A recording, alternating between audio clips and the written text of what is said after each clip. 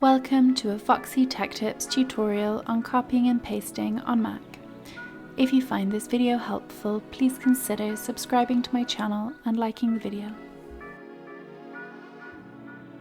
The easiest way to copy and paste is with the keyboard. To copy text, highlight the text that you would like to copy, then hold down the Command and C keys simultaneously.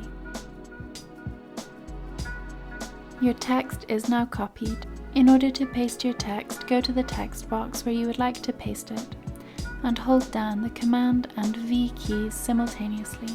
If you have secondary click enabled on your Mac, you can use the secondary click to copy and paste. To do this, highlight the text, then use the secondary click. Click Copy from the menu that appears. Go to the text box where you would like to paste your text, and use the secondary click again.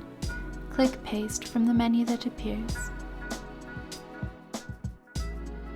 There is a third way to copy and paste on Mac. Highlight the text you would like to copy, then at the top left of the screen click Edit, and choose Copy from the resulting menu.